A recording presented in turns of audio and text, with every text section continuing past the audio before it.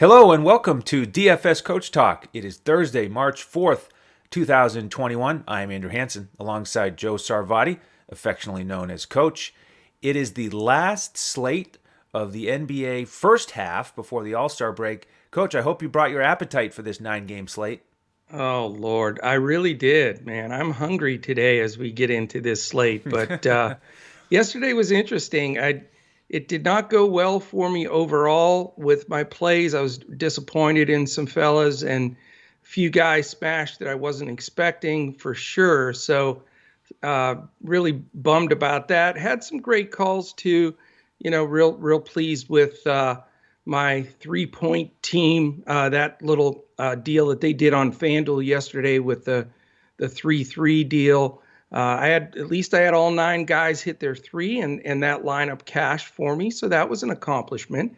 But what you were referring to is damn Justin Patton. Yep. And I'm a man of my word. So here's my note on to fade Justin Patton because he sucks. So here you go.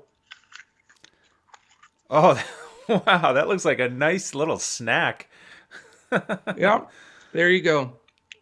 All good, man. I have to eat my words, eat my paper, and Justin Patton, you had the last laugh, my man. So He did. He paid off as a value guy. I saw him hit a corner 3 early, and I started to get a little bit concerned for you, and he kept it going. So Biombo also paid off as that value center. yeah, But, in my primary lineup, it also didn't work out in the end because I put my faith in Porzingis, and he just didn't quite get it done. The no, guards, I mean, it was such a low scoring game, 87, yeah, 78, and the guards were pretty aggressive, and there were lots of opportunities on the pick and pop, but they didn't always feed him. They got to the rack a bunch, and Horford also disappointed. He was the only guy in my 3-point lineup that didn't make one. He was 0 for 3 from deep. ah, So those two guys really took down my lineup, which was off to a great start early with Harden and Powell and company. So I know that. Yeah, Powell filled it up, but no ancillary stats. At one point, he had 38 points and 38.6 DFS points. How can you do that? yeah, I couldn't believe it. he did fill it up, certainly from distance. Everybody did in that game, and we'll mention that as we go. We've got Detroit as one of the teams, or both of them actually, on a back-to-back here. And 9 games tonight. Like I said, 8 of the 18 teams on a back-to-back. No front ends tonight because it's the All-Star break starting tomorrow. And we have 3 totals over 230 on BetUS.com.pa, our presenting sponsor. And Yep. let's start here with the first game of the night, Toronto and Boston, 7 o'clock tip. Yep. And interesting here that if Toronto wins, both teams will go into the All-Star break at 18 and 18. And they'll both be disappointed about that if you go look at their preseason expectations. But Toronto obviously started off really slow. They've been coming on, and Boston has Yeah. won. Boston has won 3 in a row, and the total here 220.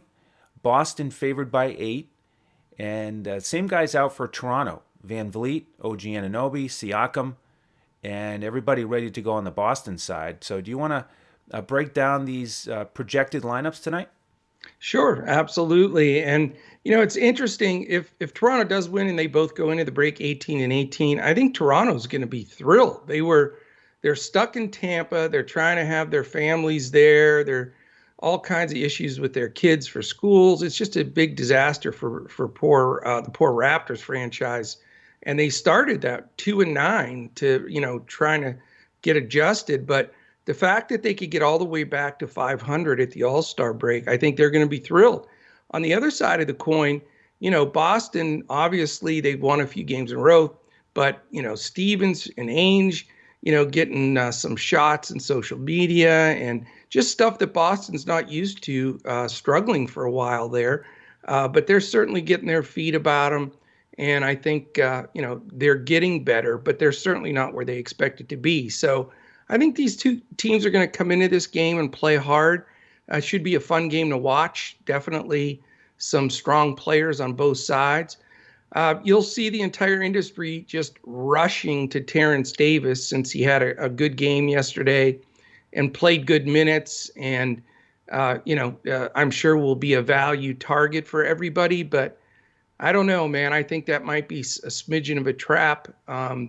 The lineup right now that they're expecting to start is Lowry, Davis, Powell, Watanabe, and Baines.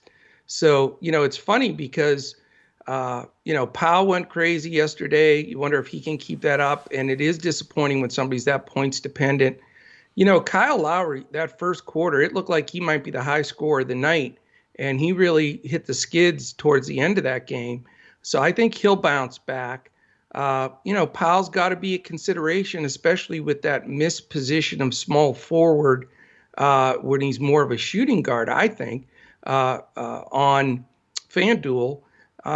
No interest in the bigs, Watanabe, Baines. I know they, get some minutes, but there's a big rotation of Bembry coming in.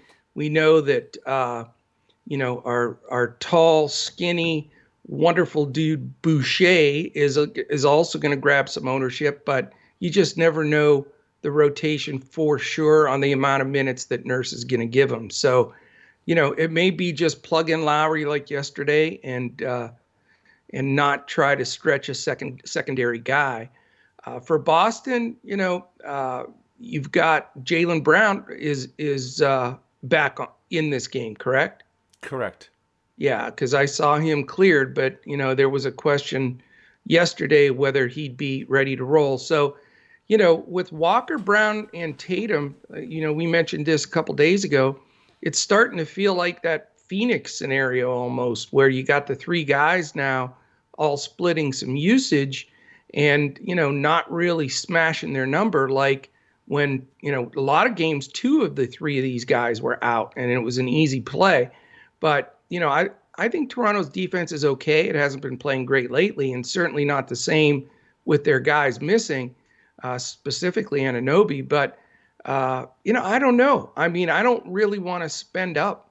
Walker's getting a little expensive now, finally, and Tatum and Brown are super high priced. So I get it if somebody wants to play somebody from Boston there, those main players, but I'm not going to go there on this 9-game slate. And then the bigs, with Tyson Thompson, the expected lineup again: Walker, Brown, Tatum, Tyson, Thompson.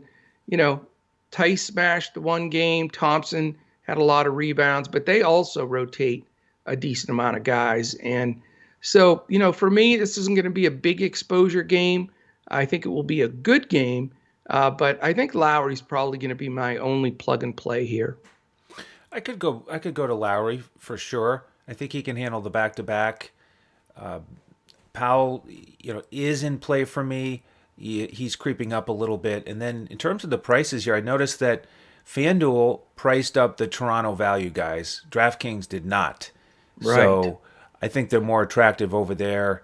Bembry off the bench at 3,800. He had 27 minutes last night, mostly empty minutes. Didn't get much done. No. So I don't think you need to go there.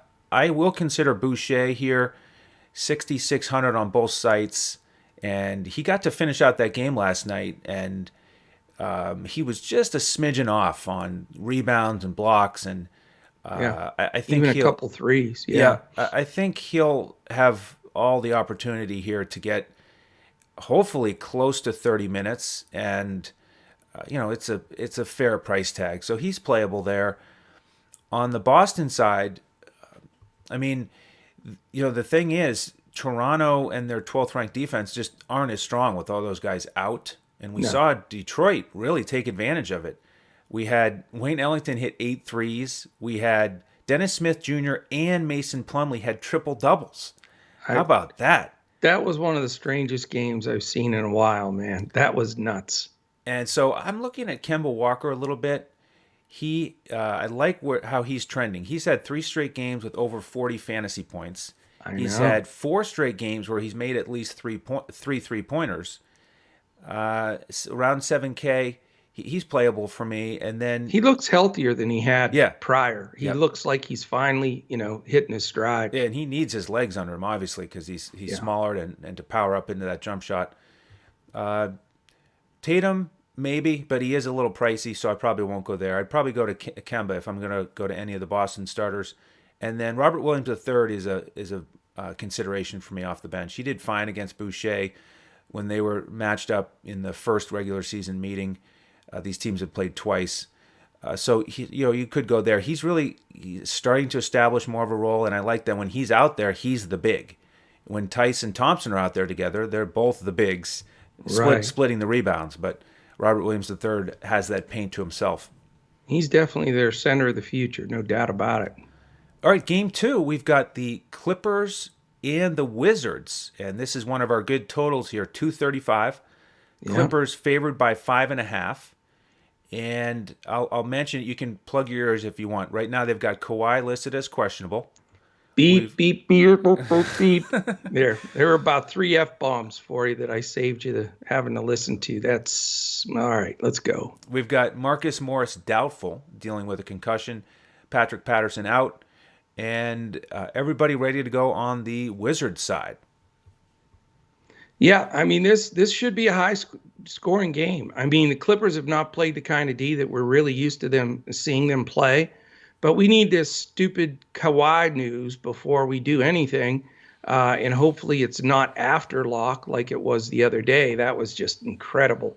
But right now their lineup is proposed lineup is Beverly, George, Kawhi if he plays, which he probably will. Batum and Ibaka. So the regulars there. And, if he's having back issues and, he is going to be in, there's two situations here. One, it's possible that they could blow out the Clippers. I mean, the Washington has had, did I say the Clippers? They blow out the Wizards, but Right. the Wizards have had some bizarre games. I mean, they won 4 in a row. They have some solid games, and then all of a sudden they have games where that defense just, doesn't stand up and they get rolled. So there's two things. Kawhi's got a sore back, so you wouldn't think if he does play, he's going to get extended minutes, but enough that he'll play probably and cut into George's, value at his price. And, the ancillary guys here for the Clippers, I just don't trust them. Pat Bev has had a real weird season. Batum, it's just you can't count on him on a 9-game slate. And same thing with Ibaka. That 20 to 22 minutes isn't acceptable to me in most games. So I know Washington's defense completely sucks. And, I expect the Clippers, who have a very big implied total, could have a really good game. But I think it gets spread around, and there's no guarantee that it doesn't blow out. So not thrilled with that side of the ball. And I can't remember the last game that the Wizards were involved in that I didn't have like 2 or 3 guys from the game, because it's just the matchup's always so terrific because their defense is horrendous and their pace is so fast. So right now, though, their projected lineup is sort of the same thing they've been running with. Of course, Westbrook and Beal with Matthews, Hashimura, and Wagner, but you're getting a lot of bench play from the other centers, Lopez and Len. And then, obviously with Matthews, he's getting limited minutes with the rotation of their bench as well. Neto gets a decent run with Ish Smith still out. So, they're tempting. And the Clippers, it's not the normal Clippers defense that you'd expect. But, when you're talking about Pat Bev guarding Westbrook and Paul George guarding Beal, and you have Kawhi, roaming the paint in Ibaka, it's still, I know the numbers don't show it, but that scares me. And, when you invest in Westbrook and Beal, that's your general pay-up guy anymore. They're expensive, very expensive. So, this may be the very first game this month, I think, that I'm going to fade a Washington game. So tell me if I'm losing my marbles, or does that make any sense to you? No, I don't think you are. And it is tough to fade any game involving the Wizards. And when they played last week, the Clippers did blow them out. So there's no reason not to consider that again. The thing is, though, that Kawhi and Paul George in that game both played well, did fine, basically hit value. And there was enough to go around because it was a blowout. Guys like Reggie Jackson came off the bench. he had 17, 5, and 2 in 28 minutes. So Yeah. he's a guy that you could look at. Obviously, he stepped up against Boston here with Kawhi out, but he can still hit value off the bench, and he's still cheap on DraftKings. He's 3,900, a little pricey Hmm. on FanDuel at 53. He's obviously going to be a big value play if Kawhi is out, but I think he's playable on DraftKings even if Kawhi is playing. So maybe more of a one-off there, a value play. I do think Paul George is still too cheap on FanDuel at 7,900. Yeah. I mean, shooting guards against the Wizards really have fun. Yeah. So, Backcourt's Westbrook and Beal just aren't defending. yep. And then one other price I kind of like is Serge Ibaka on DraftKings. He's only 4,800. I think he can, have a bit of success against Mo Wagner. Is he going to get enough minutes though? That's what I keep getting concerned with, you know? Well, he's not going to get 30. It just Yeah. doesn't happen. He gets 23 to 27, 28 every game. So, Right. can he pay off 4,800 in that price tag? I think he can. Yeah. And I just want to say one more thing. If Kawhi does happen to sit, then I'm definitely playing Paul George. I forgot to say that because that usage bump and against the Washington backcourt, yeah, I think that's just news you wait for. And I don't mind your Reggie Jackson call either. That's pretty sharp. And with the Wizards, I don't know if I'll get to them. The Clippers are up to 15th defensively, starting to get more in that groove. And Westbrook and Beal are so expensive. Clippers 28th in pace. Mo Wagner actually played very well against Ibaka last time, which surprised me. But Yeah. like you said, those minutes are really split up between the bigs. So that's really a dice roll if you go there. Bertans always in play for me at 4,700 on DraftKings, where you get the 3-point bonus. But like you, I'm not going to probably get as much exposure to this one as I normally would with the Wizards involved. All right. Well, that makes me feel better. All right, Game 3, we go to 7:30. We've got Detroit and New York. This is a rematch from Sunday when New York won pretty easily. 209 total here.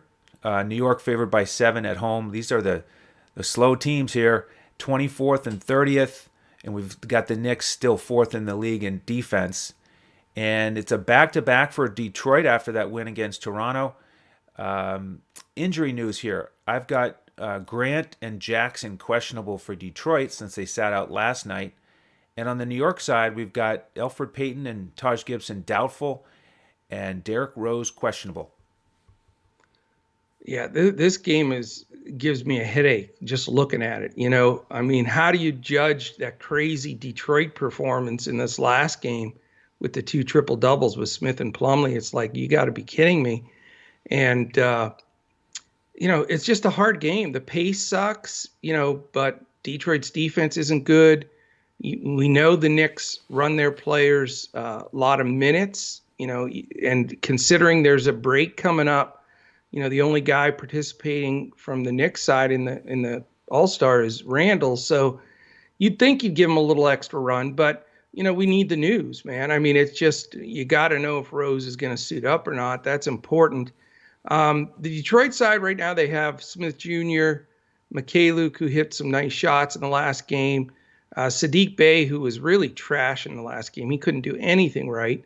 Grant, they have penciled in, but, if they're going to try to give him a good break here. And, did you see the news today that there's a possibility they may trade him? Really? And I had not heard that headline. It came out today. It was posted at a reliable source. I think it was through one of the ESPN folks, and they said that they're going to be fielding offers for Grant. And I thought, well, wait a minute. You're basically building your team around the guy. So obviously he's not the long-term answer there. Maybe they want to free up all that money and start focusing on just the young guys, so like Stewart and stuff. I don't know. I thought that really stunned me. But when I saw that news, I thought, okay, he's dinged a little. If that's the case, I think they probably just sit him. I mean, why risk anything unless they're trying to one last punch to showcase him before they chat with some people. But I think you're going to see some trades over this All-Star break timeframe. And now, he's in the talks with that stuff, which is wild.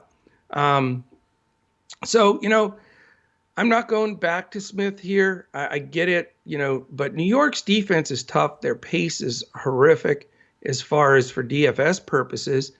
McKay looks too much of a, it's a GPP kind of play.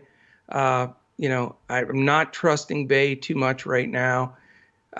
Really, Plumlee's playing really well and getting good minutes, but Noel's also stepped up. He's getting a lot of blocks, playing a lot of minutes, and with this pace, it just doesn't make a whole lot of sense to me. So probably not going to go anywhere there. And on the Knicks, again, we need the D Rose news. That's important because if he's out, then IQ has to be a consideration. I mean, the guy just is such a points per minute DFS gem. I think he's got to be considered. Right now, the lineup, they have Rose penciled in, regular lineup with Bullock, Barrett, Randall, and Noel. Noel's tempting just because of the monster minutes he's been playing. And if he's going to be on the floor for 35 to 42 minutes like he's been a lot recently because Taj Gibson's been hurt, then you got to consider that. Now we need to confirm that Gibson's going to be out as well, because that will have some effect there. Really quickly, and believe it or not, Alec Burks, who's been finishing a lot of games for them, because their value a bit, I would consider them. But this is certainly not a game to really do more than a one-off, in my opinion. Yeah, I agree. We'll see if both of those guys are out for Detroit again. You do still have some cheap price tags for the fill-ins, Ellington, Svi, and the guards, Dennis Smith Jr. and Saban Lee are both in that 4K range mostly. So all of those guys make sense potentially as a one-off. And with New York, RJ Barrett, I kind of like his price tag. And Noel, like you said, is hard to ignore with the big minutes, but his price has gone up mid 5K range, a little bit tougher. So, yeah, we'll see about how things shake out. Maybe a one-off out of this one. All right, game 4. We've got Denver and Indiana. 225.5 total. Denver favored by 4.5. The same guys out for Denver: Millsap, Green, Campazzo, Gary Harris. And with Indiana, what a game last night. Their win over Cleveland. Amazing. TJ McConnell, he deserves his own segment here. If you look at the fantasy dictionary, do you know that since last night, Coach, they have changed the definition of ceiling game and value play and outlier, because TJ McConnell, Insane. he rewrote the record books, almost 10 steals. Triple double, 16 points, 13 assists, 10 steals, threw in a block, and a couple of these numbers I just have to mention here. In this triple double with 10 steals, he also went 8 for 8 from the field. Only had 2 turnovers, had over 70 points on FanDuel. He was 11-12x return on both sites. Yeah. Absolutely amazing. We were having fun in Discord with our members, quizzing people on the steals record, NBA steals record, and it was 11. We had to look it up, and he had 9 in the first half. He almost broke it. Just incredible. How about that performance from McConnell? It was mind-boggling. It goes to show, though, that the awesome part about watching NBA basketball is anything can happen on any particular day that's going to be something you never thought you could possibly see. And, for TJ McConnell coming off the bench, he didn't start, correct? Correct. And so he comes off the bench, and to get 71.1 fantasy points at sub 1% ownership, I mean, unbelievable. I mean, you couldn't, that may not happen. A bench guy to get 70 fantasy points in a game the rest of the year. I doubt it will happen. But it was fun to watch. I was rooting for him to break the record.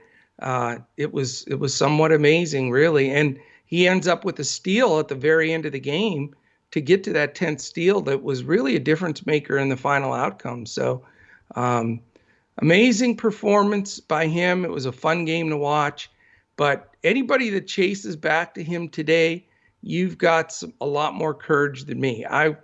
I don't know how you follow up with a guy after that type of performance 24 hours later, but more power to you if you do, man. On the Denver side, Murray, Morris, Barton, Porter, and the Joker. So their regular rotation. Those guys have all been getting good minutes, and they've all taken turns, paying value. Except for the Joker, he just smashes value every night, no matter what. Um, I'll tell you, for me, the Joker and Embiid are like dead heated. Maybe Embiid slightly for the MVP right now. I can't believe poor LeBron is going to probably end up in a second or third position again this year. But if those guys keep playing this way, they're going to be tough to beat. Um, you know, Sabonis wasn't going to play. He almost sat yesterday. So I haven't seen any notes on him for today. I think he's good to go. But I'm not spending up for him on that side of the ball, knowing that he's not 100%. And we've got a back-to-back situation here. Brogdon takes a hit with this, if McConnell is going to scoop a little bit more minutes. And they have a lot of guards, other guards Indiana has, with some depth at the shooting guard, small forward, with Holiday, McDermott. All those guys are supposed to play both holidays, actually. So they got all kinds of guys there that are going to split minutes. Not real comfortable going that direction. Brogdon, Holiday, McDermott, Sabonis, and Turner, with all that rotation of guys off the bench, will probably be the same scenario. On the Denver side, I think, the fact that Facu Campazzo, so he's out. I just like to say his name, with the rest of those guys. But, they're still on a shorter rotation. So, does the Joker have one more 75 burger in his pocket? And, it's very possible. I respect the Sabonis Turner duo in the paint. So I don't know if I'll be courageous enough to go there, but man, he smashes. Porter's price still makes him playable. Barton has had some really good games. They haven't really lifted Monte Morris's price beyond where I think it should be with the amount of minutes and play he's getting. So he deserves a look. And then, Jamal Murray has been really heating up and looking like, Bubble Murray, but he does get Brogdon defense and then harassment probably from TJ. So probably not going to go there either. So it may just be, for me, a little value play or mid-level play from the Denver side. And that's probably about it. I'm interested to see how the final news and final starting lineups shake out in this one, because assuming Sabonis plays, I'm looking at this matchup and wondering how they're going to slow him down if Jokic is dealing with the center. And Turner. Turner. Yeah. And I'm just envisioning Michael Porter Jr. trying to defend Sabonis. I just don't see it going very well. No, I foul think, trouble probably. yeah. I think there's a chance that Denver goes small here. They've been starting Monte Morris, but it wouldn't shock me if they bring him off the bench and go a little bit bigger with somebody like Zeke Naji to try to defend Sabonis. Yeah, So Najee could do the job. He'd be an irritant for him. I think he'd do better than Porter Jr. So Yeah. keep an eye on that news. I think with Denver, the only guy I probably would look at is PJ Dozier off the bench, still in the 3K range on both sites. Like you said, Campazzo's out. Yeah. So it's Dozier time there. He looks good too. He's going to be a good player. I really think he's got a lot of upside. A lot of upside for sure. With Indiana, Sabonis, because of that great matchup, is attractive to me, but it is the back-to-back, like you said. He is pricey. So I don't know if I'll get there, but the Indiana guards are in play for me on FanDuel because this game happened before they had a chance to price McConnell up. He's still only 5,000. And Yeah. then he's hit value plenty of times at that price tag, even coming off the bench without having to get 10 steals. And then Brogdon's only 6,700 over there, and he played solid last night against Cleveland. It got completely lost in the shuffle because of McConnell, but Yeah. he's got Murray on the other side trying to defend him. So I think you could go with one of the Indiana guards because they're cheap on FanDuel. But other than that, mostly just Dozier, and then move on to the next one. I'm with you. I like the Brogdon call. He may be the guy that shines tonight because I'm sure there might be just a tiny bit of regression with TJ. I'm Yeah, thinking. I would think probably. All right. Milwaukee and Memphis is the 8 o'clock game tonight. 233.5 total.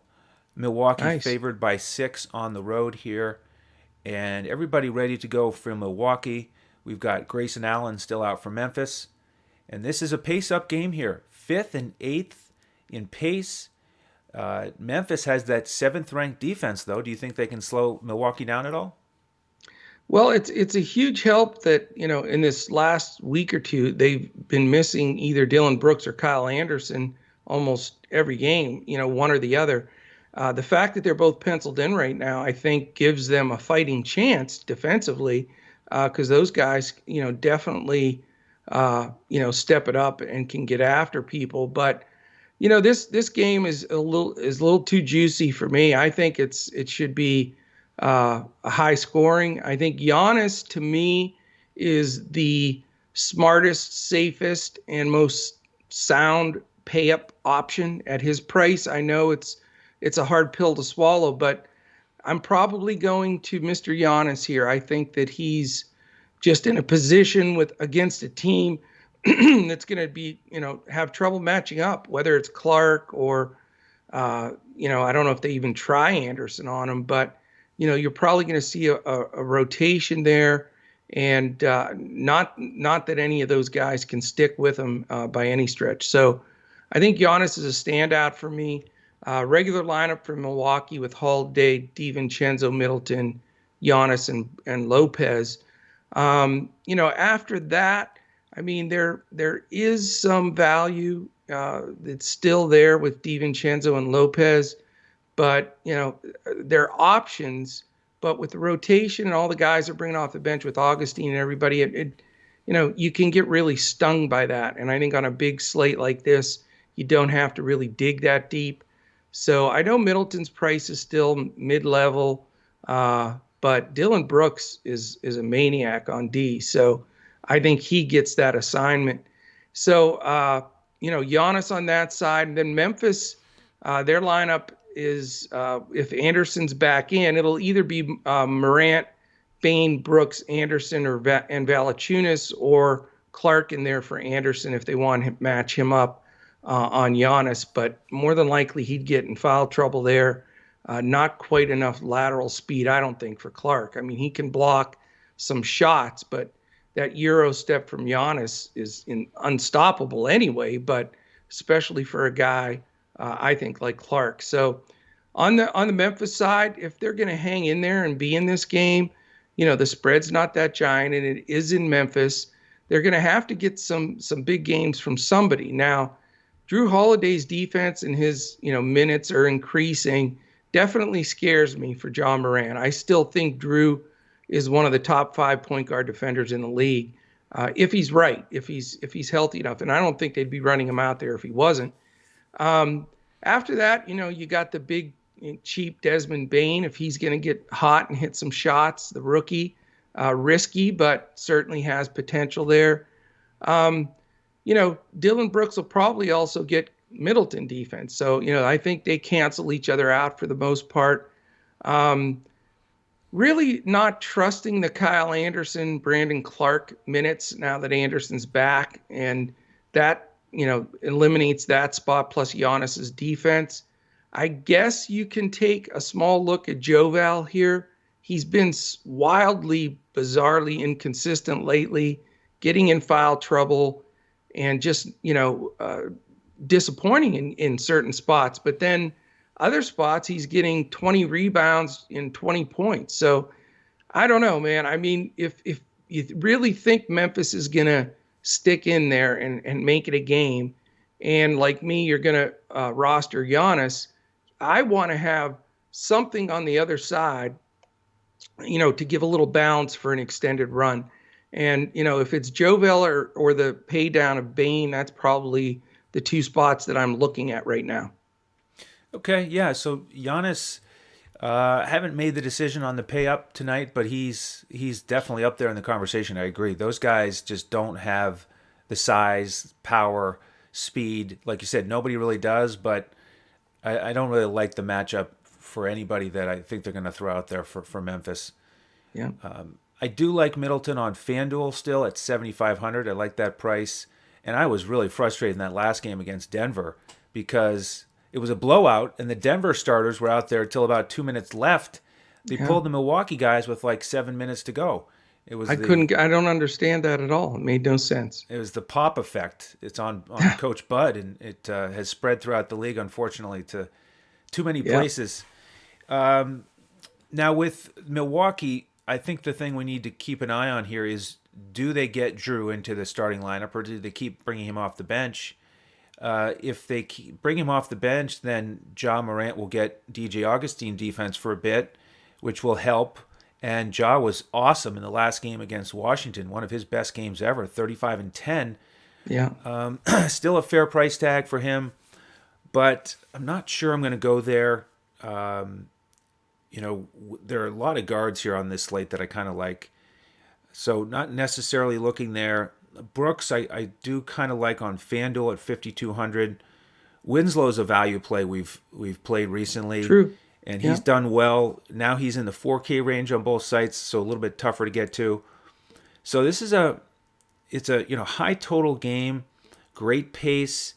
I'm going to keep looking at it, evaluating it, and figure out if I am going to go with Giannis or maybe get decent exposure to this game with Middleton.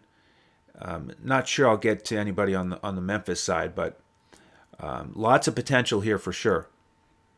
I agree.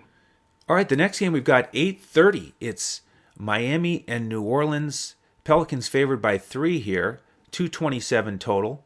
And a couple big pieces of news here, Coach. We've got Bam and Butler questionable again. Yeah. But that's really half their team. And then Ridiculous. With New Orleans, they're good to go, but it is a back-to-back. They had some guys play pretty heavy minutes against Chicago last night in that tight loss. Now, 227 total here, which is pretty high for a Miami game because we know they're slow. They're 24th, and they don't really have their offense together. They're 24th in that department as well. But we've got that 29th ranked New Orleans defense, and their offense that does get it done. They're 6th in the league. So interesting pace up and high total game for Miami, but big question marks there with Bam and Butler. Yeah, I mean, unfortunately for our listeners, this is one of these that we're going to have to follow throughout the day. And then, easy way to solve getting this kind of news is jump aboard with us because, as the Butler and Bam news comes out, it totally shuffles the whole entire game for both sides of this ball, with each Heat and Pelican. So, if you want to jump in with us on Coach Talk, as far as our Discord, just go to dfscoachtalk.com. You can sign up for as little as a 3-day pass, which is $10. So very simple there. Or there's a huge, great bargain out there right now, and that is our BetUS 149 special. And you can become a member 2 ways. You could go to betus.com.pa. With your first deposit at BetUS of $149. Once you make that deposit, you just shoot us at DFS Coach Talk on Twitter. Just shoot us a message. Then we plug you in for a free membership, scot-free through June 1.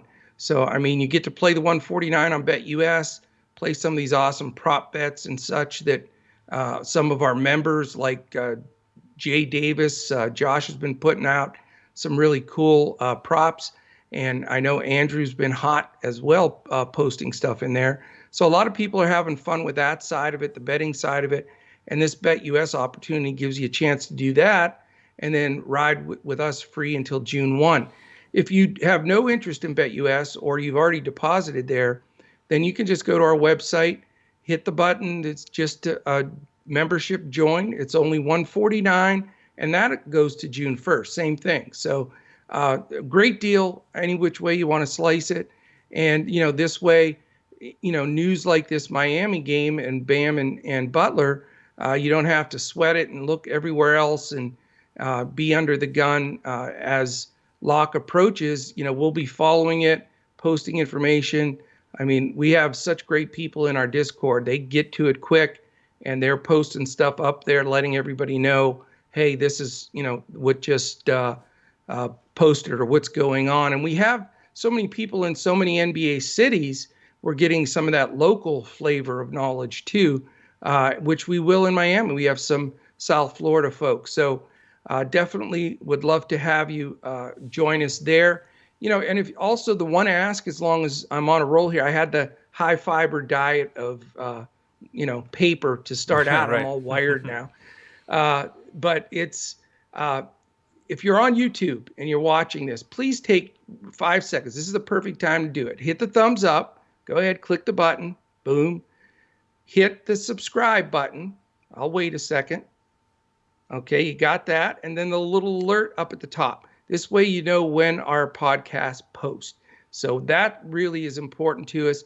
We're also on everywhere, podcast-wise, audio-wise. So if you listen to us on iTunes, Google Play, Stitcher, Spotify, we're everywhere. Take a second. We really appreciate it. A 5-star, a quick comment, a thumbs up. All of that means an extreme amount to us. We bring this to you in front of the payroll wall 7 days a week. And, that acknowledgement that people are listening, people like it, they want to keep hearing it, really means the world to us. So we appreciate that.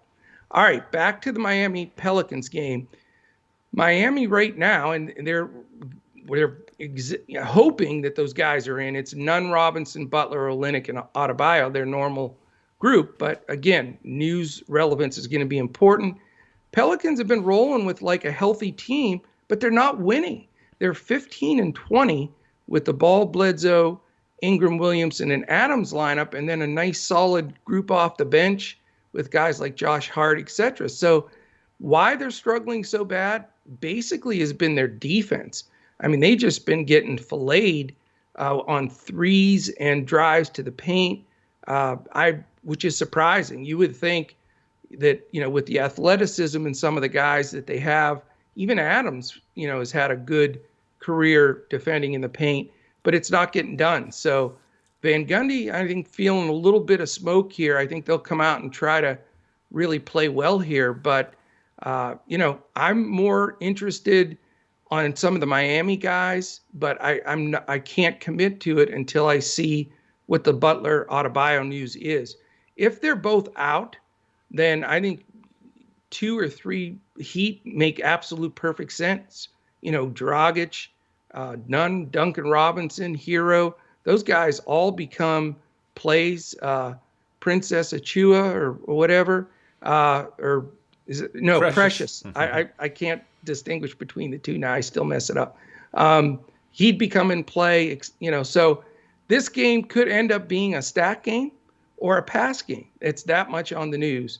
On the Pelican side, I mean, you can't deny what Zion's doing, man. He has been just fantastic. Watching him is amazing. He just gets to wherever he wants. Nobody's strong enough to defend him. I mean, nobody. So, he becomes an immediate play with no Bam Adebayo patrolling the paint for me if Bam's out. At his price, Zion's still fair enough price-wise that you can get him in there and not have the monster pay up. But if Bam's in, I'm going to give it a second thought. But, news is going to be the deal on this game for me, Andrew. Yeah, Zion, I think, is playable either way. He was great against Miami on Christmas when they played, 32-14. Yeah. He is a pricey option and quite a decision to make on FanDuel tonight with the power forwards. We've got Zion, Randall, Sabonis, Giannis. So that'll be fun to play with.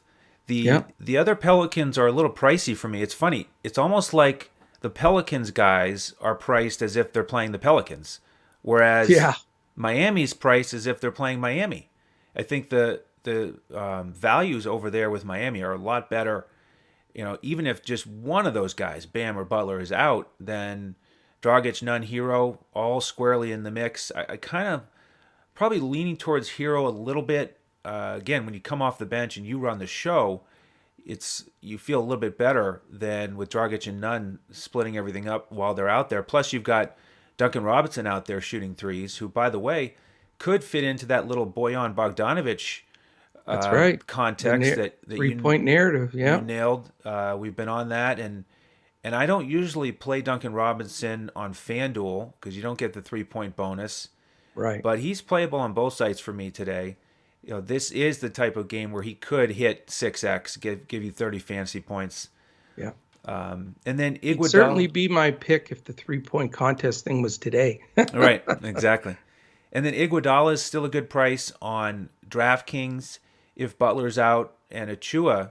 I mean, he's minimum price on both sites. So if Bam is out, then he That's becomes into play for me. immediate. Yeah. He'll be 70% owned, but deservedly so in that scenario. All right, the 9 o'clock game we have tonight is Oklahoma City in San Antonio. Back to back for OKC after that loss to your Mavericks. We've got Diallo still out, and I'm marking Horford as questionable since this is a back to back. And on the San Antonio side, same guys out: Vassell, Gay, White, LaMarcus Aldridge questionable. And this is a low total game here, Coach. 218.5. Yeah. Spurs favored by 6.5, but we have above average pace on both sides, and then you contrast that with below average offenses and above average defenses. So Right. how do you sort this one out?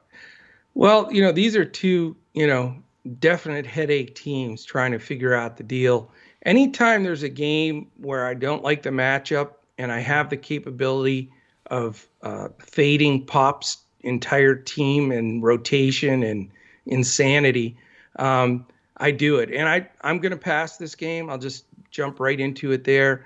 I don't like the possibilities and just unknowing here. If you want to play a few guys and try to take some GPP down, there's certainly reason you can do that. If it's Shea or Baisley, or if Horford does sit, Roby, those kind of guys are GPP plays to me. Just no real comfort there. Now, San Antonio also, I know they have a bunch of guys out, so you would think, okay, let's throw some Spurs in there. Murray's been terrific. His price is super high, but the pace of this game scares me.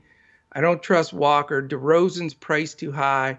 Who knows with Lyles and Pirtle and Samancic and all these crazy people he's rotating. And, you've got, this has Murray, Walker, DeRozan, Lyles, and Pirtle with the rookie still coming off the bench. So, yeah, I just don't like the feel or the pace or the potential of this game. The Thunder looked atrocious against the Mavericks. So, they are definitely running on the skids. I mean, how they've had 14 wins, I have no idea with that squad. But I don't want to touch this game, man. I'm going to run and hide from it.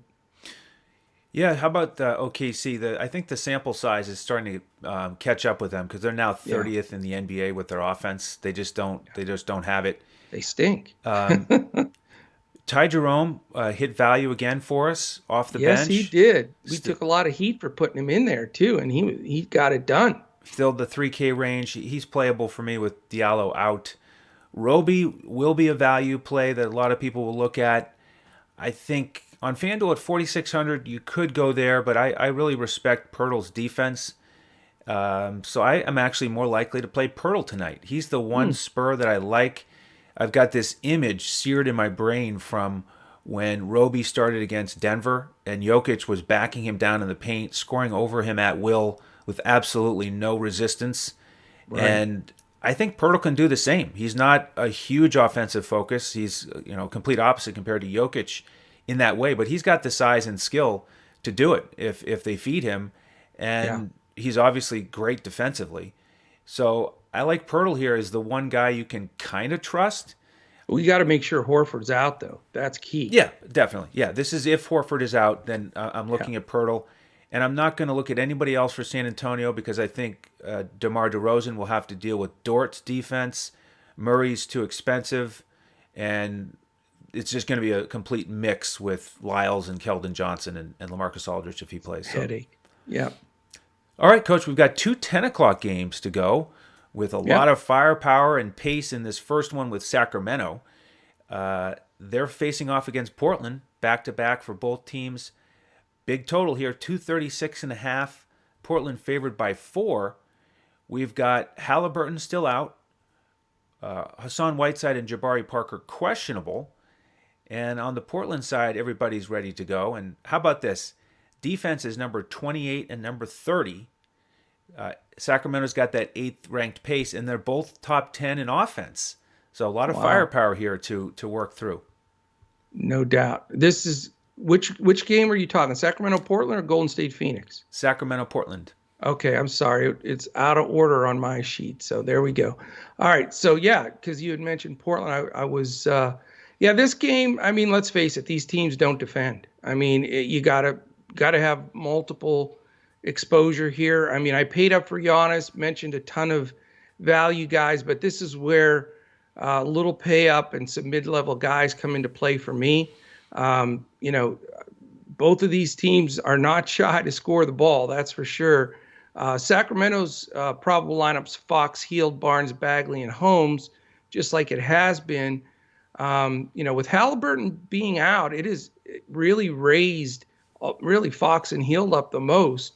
Barnes has been very steady, and you know, Holmes gets it done too, and Bagley. I mean, all of those guys are playable, but you know, the matchups, I think Covington will probably guard Barnes and then switch off on Bagley. So Barnes' price has gone way up, even though, you know, he does hit value every time I take him, but I just don't want to pay up that high. I'm a little more interested in the backcourt, Fox and Hield. I think both guys have the potential to make my lineup here, as do the opposing guards in Lillard and Trent. If I can fit Lillard in with Giannis, those would be my two pay up guys that I'd like to go to. Lillard's just sick, man. That three he hit last night after having an off game was just, you know, there's probably only like three guys in the league that could hit that shot. You know, it just was incredible, deep and tough shot. So I like the whole backcourts of both sides here. I think they're very interesting. I don't think I have to pay down for a Jones or Covington. Canner has been so steady as well, but his price is getting there, and Holmes does defend pretty well. So this might just be monster guard play for me. But, you know, Portland's got that same group in Lillard, Trent, Jones, Covington, and Canner. So I think this could be a high-scoring game. I'm hoping Sacramento can stay in the game. It's only a 4-point spread right now, but big shout out to one of our members who had the big Sacramento Kings bet last night. Who was it? Which member was it, Andrew? I can't recall. Oh, no, I'm going to have to look it up. No, I'll look it up when you're reviewing, and I want to give him a shout out because we were all sweating with him, and that was a nail biter for sure. Yeah, fun game. And you know, Lillard hitting shots though, it's you never know what's going to happen. So yeah, that's the scary part. But I was glad to see Sacramento get it done. A couple of big foul shots for Barnes down the stretch, but yeah, this should be a highly owned game and deservedly so. And I think, you know, being that it's a late game, you need exposure here. Yeah, those were really exciting finishes in both of those games. Yeah, and on paper, this is just an awesome game, but you know, because of the context here and the price tags, I'm actually not going to end up with as much exposure as I would on a normal slate where I'd want to stack this game. Yeah. Fox, in the two matchups against Portland, has struggled. I think he'll get some Covington defense. And then Hield is in the perfect spot, and he was awesome last night, hitting 7 3-pointers. Yeah. But it's a back-to-back. He played 42 minutes. I don't trust him as much on back-to-backs. So that's why I might fade him. Holmes is a guy that I would look at. He only had 30 minutes last night. Decent price tag, mid-tier center option. Corey Joseph would be a way to get exposure to this game off the bench. Very cheap. Yeah. So I'm actually looking at one of those guys if I play anybody from Sacramento. And with Portland, Lillard, I'm not scared about the back-to-back for him. And he's been great against Sacramento, but he's over 10,000 on both sites. So it's really hard to justify. And then Trent, he's in a great spot, but he hasn't really had those ceiling games recently, over 30 fantasy points. He's just stuck in the mid to high 20s. Lillard dominating the offense, and Trent's just left to stand out there and spot up for the most part. Yeah. You could look at Covington or Cantor. Um, Covington, Okay. man, I think he's really found his footing in Oh man, Portland. last couple of games, he was huge for me last night. He was huge. Yeah, he was terrific. So, and he's still at a good price here tonight. So I like Covington, probably my favorite Portland option. So, not going to be a stack game for me. Maybe a one-off on either side. Very good. And it was, I don't know if you said it or if I'm pronouncing wrong, Schuler, Schuyler. That's I thought it was our maybe Skyler. it's pronounced Skylar? That's Could my be. prediction. Yep. I know Okay. somebody else with that We'll have to spelling check that out. pronounced Oh, Skyler. really? Yep. Okay, then that's it. We're gonna go with Skylar. I know it's Amaro, so but Skylar, yeah, great win. And see if his Kings can come back and do it again tonight. Um, I like your analogy there. Covington, I think his price has come up a little bit, but he's been very consistent. Bagley's not a great defender either. So you may be on to something there. What are you thinking? Two guys minimum for this game? Most likely, but just Yeah, not probably not two of the studs, which is what I would do on a normal slate with this matchup. right. I'm with you, but I may pay up. This may be if I can fit Lillard and Giannis. I know I can on FanDuel. I can make it work, but DraftKings, forget it. Yep. So you got to go to Plan B there. All right, man. We got one left, right? We do. It's Golden State in Phoenix, 224 total. Suns favored by 6.5. They are red hot, and they've got Golden State on the back-to-back here. I'm marking Kelly Oubre questionable with the wrist as he sat out last night. And Right. it's a contrast in pace here. Golden State number 2, but Phoenix 29th. And both teams here top 6 defensively. So what do you make of this one? Well, the defense definitely scares me. And, again, as normal, Phoenix controls the pace. We say it every day, and they just keep doing it. They control the pace, they slow teams down, they do what they want, and nobody's able to do anything about it. I mean, 23 and 11, just absolutely crushing it after not even, getting knocked out before the bubble teams made the playoffs. So, wonderful to see how well they're playing and what a great job Monty Williams is doing there. They're a fun team to watch, but we talk about this every day as well. They're just not a fun team DFS wise because it's the inconsistency piece. Booker was just named Player of the Month yesterday in the Western Conference, very quietly too. You haven't heard a lot of Booker chatter. You hear all the big news on these other guys, the Zions and everything else, but Book is tough, man. I mean, we haven't played him a ton because the Paul and Ayton and splitting the minutes and the pace of their games. But, if I can't make it up to Lillard as a guard, Booker would probably be my next guy in. He just seems in a really good place right now. And Curry and Wiggins defense, leaves a little to be desired for sure. Wiggins is regressing back sort of to his old defensive ways. So, you look at that Paul Booker, Bridges, Crowder, Ayton. I mean, that team has just been able to put the same guys, use the same people off the bench, and just beat the tar out of everybody. So I guess the first question when I throw it back to you is, can Golden State hang with them? I mean, Golden State has gotten, smacked a few times, but they are 19 and 17. So they're right in the thick of it too. But after that though, the ancillary guys are too hard. They all split and they don't make value that often. And unless, I know Paul's playable, but his price is so high, but he does get bad defense with Curry, but the game has to stay close, et cetera, et cetera. So, not thrilled with the Phoenix side. For me, though, if you can fit Paul or Booker in, I think one of them, if you can pick the right one, can both either or be a solid play. On the Golden State side, Curry, Wiggins, we don't know about Oubre. Hopefully he can get back in there. And then Draymond and then Kevon Looney has been starting at center. Draymond's price is up, but he's been producing. Again, it's a monster slowdown for them though. Wiggins has been, sort of ridiculously inconsistent again.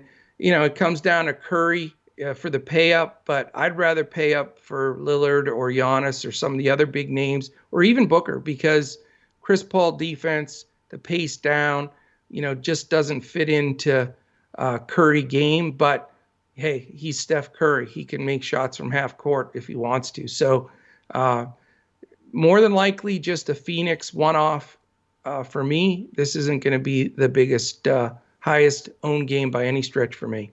Yeah, it won't be for me either. I do think because Steph Curry is playing, that Golden State can keep it close. That's all the Warriors need. But Yeah, I think they will miss Oubre here if he's out for two in a row. He contributes a lot. Bazemore is a value play for me if he starts again. Good price there. Probably won't go anywhere else on Golden State because of the pace and the defense. And with Phoenix, I'm very similar. I wouldn't mind having one of the guards. You get a nice savings from Lillard and Curry. And I think Booker is going to be really motivated after that early ejection. A little that was questionable bogus. at best. And he was on a roll, and he was on my GPP team it cashed, but it could have been a lot better if he'd gotten to finish it out. So I think he'll come out and put up one more strong game before the break.